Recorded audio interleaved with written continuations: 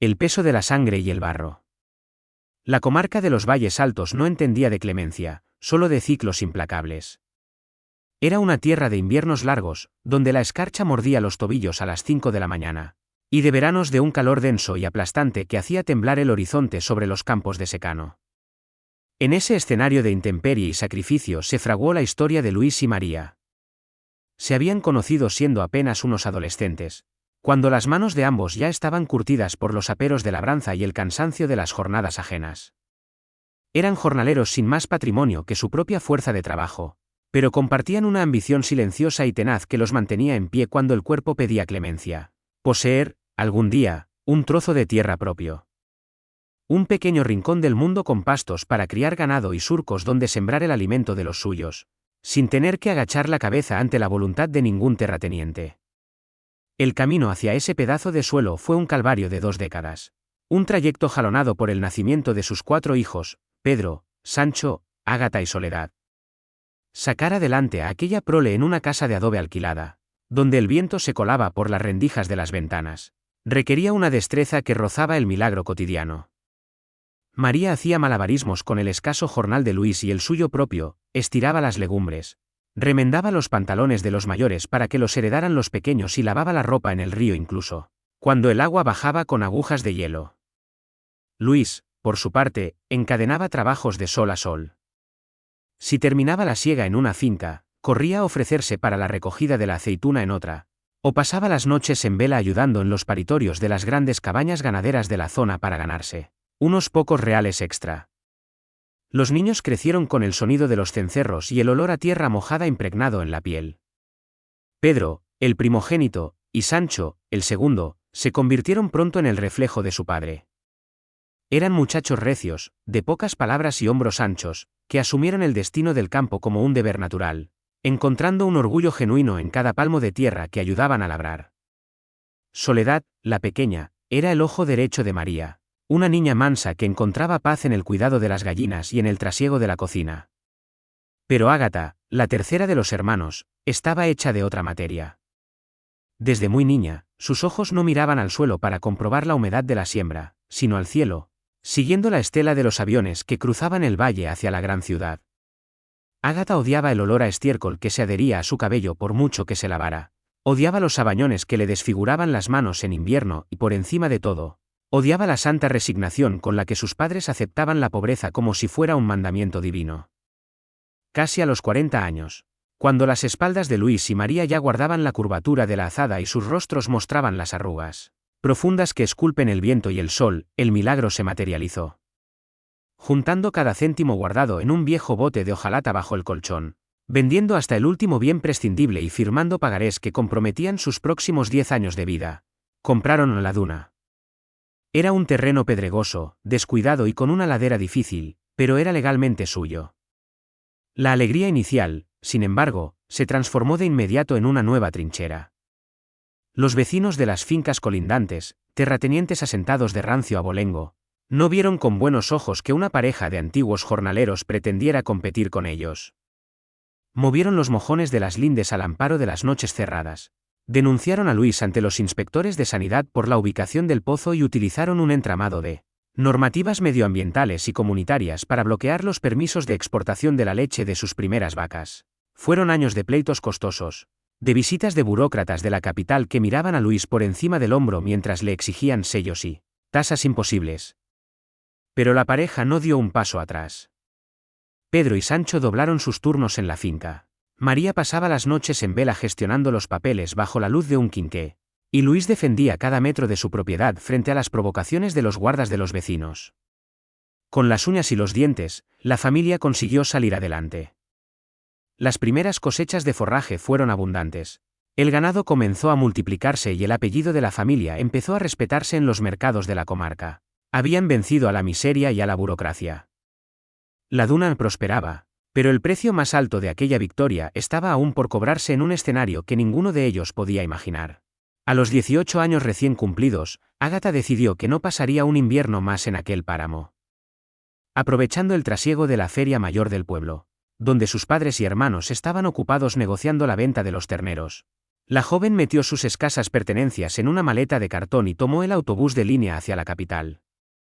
No dejó lágrimas, solo una nota escueta sobre la mesa de la cocina: no me busquéis. No he nacido para pudrirme en el barro. El golpe fue devastador para María, que pasó semanas con la mirada perdida en los caminos, mientras Luis, herido en su orgullo de protector, prohibió que se mencionara el nombre de la fugitiva en la casa. El trabajo continuó porque la tierra no espera a los que lloran, pero un silencio amargo se instaló entre los muros de la nueva vivienda de piedra que acababan de techar. Los meses pasaron y la indignación dio paso a la sorpresa cuando empezaron a llegar las primeras cartas desde la gran ciudad. No eran misivas de una desterrada hambrienta, sino testimonios de una ascensión meteórica. Ágata escribía en papeles satinados y perfumados que perfumaban toda la estancia al abrirlos. Contaba que había encontrado un puesto de altísima responsabilidad en una agencia de importaciones internacionales, que sus jefes la valoraban por su elegancia y que asistía a cenas de gala donde se codeaba con la élite económica del país. Junto a las cartas, llegaban fotografías impresas a color que María guardaba como reliquias en el aparador del salón. En ellas se veía a una Ágata deslumbrante, con vestidos de seda que se ceñían a una figura perfecta, sosteniendo bolsos de piel cuyas marcas eran sinónimo de una riqueza inalcanzable para la gente del campo, o posando en las cubiertas de barcos de recreo durante supuestos viajes de negocios por el Mediterráneo. Para Luis y María, aquellas imágenes se convirtieron en un escudo contra las habladurías del pueblo. Cuando algún vecino malmetedor insinuaba que una chica sola en la ciudad no podía prosperar tan rápido, María sacaba con orgullo los retratos. Nuestra Ágata tiene talento, decía con la barbilla alta. Estudió en la escuela de la vida y miren dónde está. Se ha librado de nuestra cruz. Los hermanos varones, aunque resentidos por el abandono, sentían un alivio secreto al pensar que al menos uno de los brotes de la familia vivía en la abundancia, lejos de las preocupaciones del granizo y las deudas del banco. El orgullo por el éxito de Ágata se convirtió en una verdad incuestionable en la casa de la Duna. La realidad, sin embargo, se escribía con una tinta mucho más sucia y dolorosa. La gran ciudad había recibido a Ágata con los dientes afilados. Sin estudios, sin contactos y con el pánico cerval a tener que regresar derrotada al pueblo, la joven descubrió muy pronto cuál era el único activo que la sociedad de consumo estaba dispuesta a comprarle a buen precio: su juventud y la lozanía de su belleza rústica, que destacaba entre la sofisticación artificial de las mujeres de la capital. Un hombre maduro, acaudalado y de costumbres licenciosas, la abordó en la cafetería donde trabajaba como camarera por un sueldo miserable.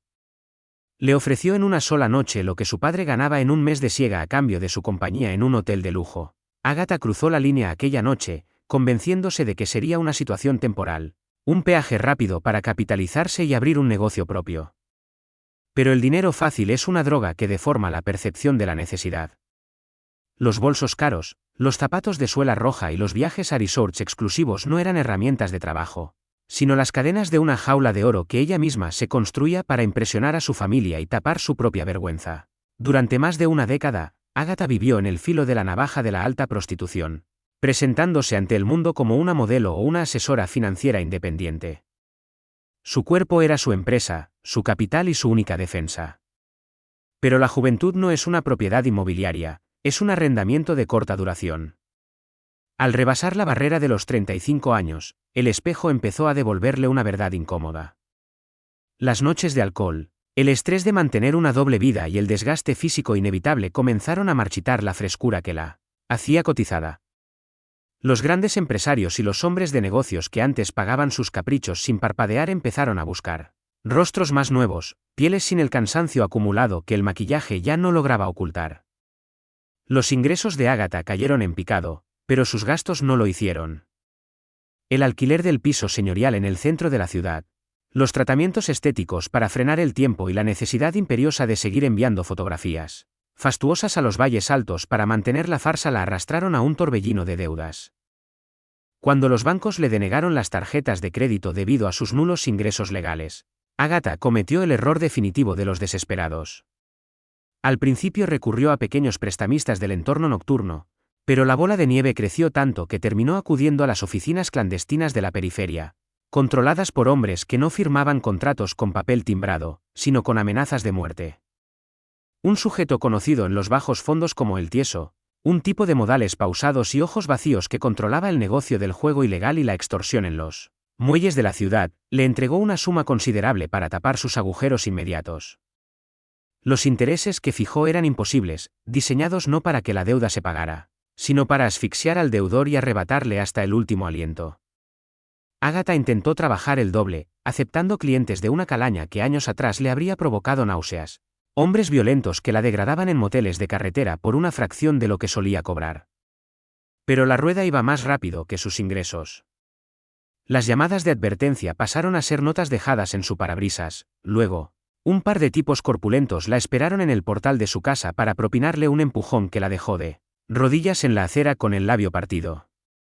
La fachada de la ejecutiva de éxito se estaba desmoronando a pedazos, mientras que a cientos de kilómetros, en la cocina de la duna, Luis y María contemplaban el catálogo de un nuevo tractor articulado que Pedro y Sancho querían comprar para ampliar los terrenos de cultivo. La familia saboreaba la plenitud de su esfuerzo, ajena al abismo que se abría bajo los pies de la hija ausente. La mentira llegó en una noche de tormenta cerrada de finales de primavera. Ágata salía de un club nocturno de tercera categoría cuando un vehículo de cristales tintados frenó en seco a su lado.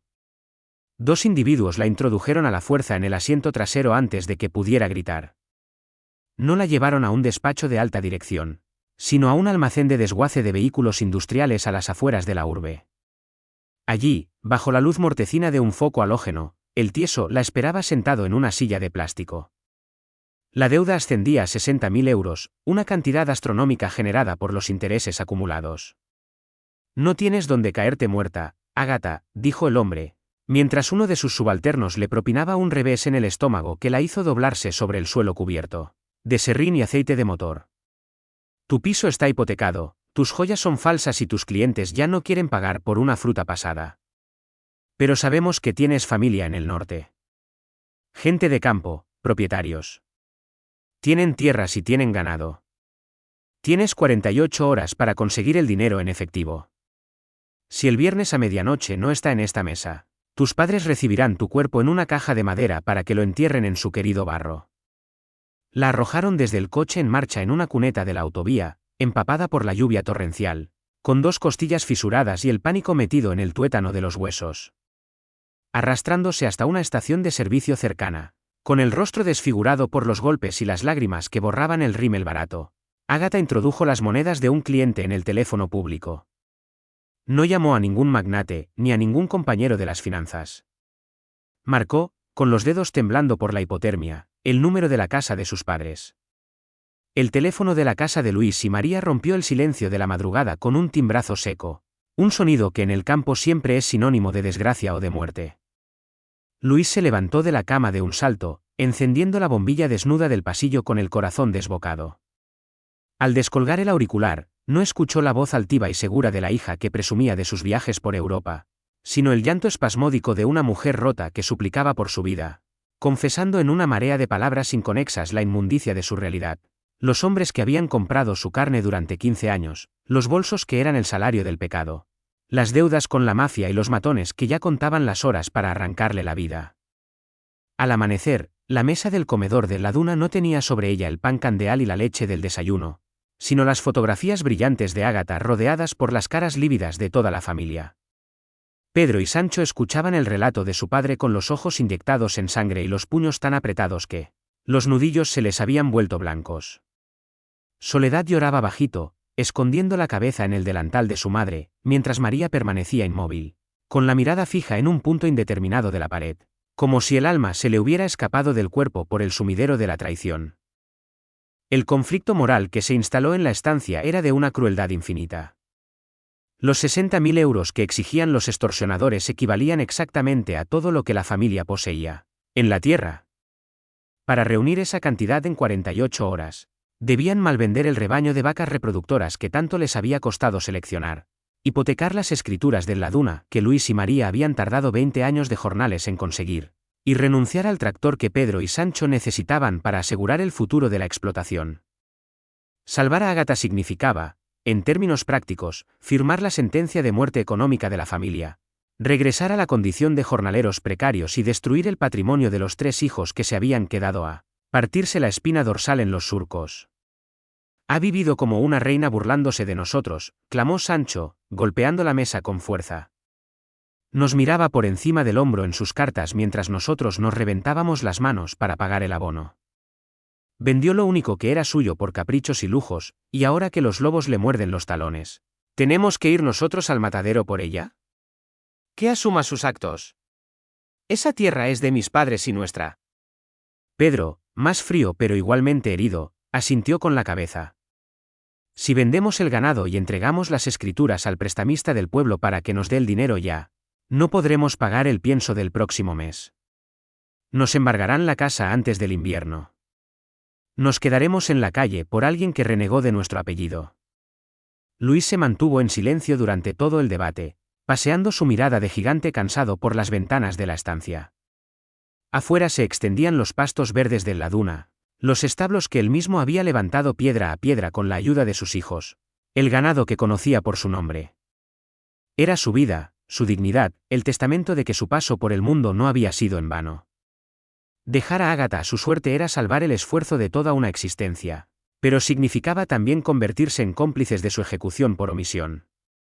María, que no había pronunciado una sola palabra, se levantó lentamente. Sus manos, deformadas por la artrosis y el trabajo rústico, se posaron sobre las fotografías perfumadas de su tercera hija. Miró a Luis a los ojos, con una serenidad que heló la sangre de los presentes. No la crié para esto, Luis, dijo con la voz quebrada pero firme. Me duele el engaño en lo más hondo del vientre. Me da asco el dinero con el que compró esos trapos mientras nosotros pasábamos hambre.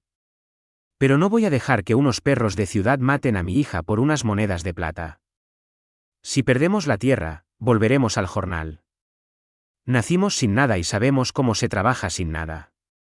Pero si permitimos que la maten teniendo el dinero para evitarlo, cada terrón de esta finca olerá a su cadáver y la leche de nuestras vacas nos sabrá a sangre.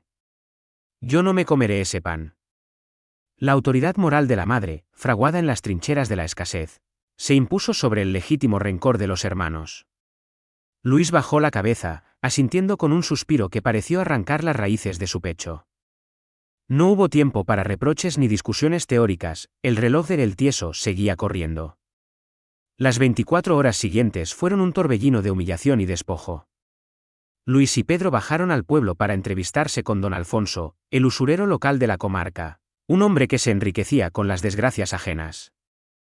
Al ver la urgencia en los ojos del viejo agricultor, don Alfonso tasó las escrituras del Laduna a la mitad de su valor real y exigió un interés desproporcionado que garantizaba prácticamente que la familia jamás podría recuperar la propiedad. Al mismo tiempo, Sancho cargaba en los camiones de un tratante de ganado a las vacas lecheras, malvendiéndolas a precio de saldo para conseguir el efectivo inmediato. Cada animal que subía la rampa del camión era un pedazo de los pulmones de la familia que se marchaba para siempre. El viernes por la tarde, Luis, Pedro y Sancho viajaron a la capital en la vieja camioneta de reparto. En el salpicadero, dentro de una bolsa de lona sucia de grasa de motor, reposaban los 60.000 euros en billetes arrugados, el precio de la libertad de Ágata y de la ruina de la Duna. El punto de encuentro pactado era un solar abandonado junto a las vías del tren de mercancías, en los límites industriales de la gran urbe. El coche negro del tieso llegó puntual, levantando una nube de polvo gris. 2 hombres armados descendieron primero, seguidos por el jefe de la banda. Luis bajó de la camioneta con paso firme, sosteniendo la bolsa de lona con la misma mano con la que solía sujetar el arado. No mostró miedo, el dolor del despojo lo había vuelto inmune al temor físico. Aquí está lo vuestro, dijo Luis con voz de trueno, arrojando la bolsa a los pies del criminal. Contadlo bien y devolvedme a mi hija. Si te ha gustado esta historia, ayúdame a crecer, dale a me gusta y a compartir. No olvides suscribirte a mi canal.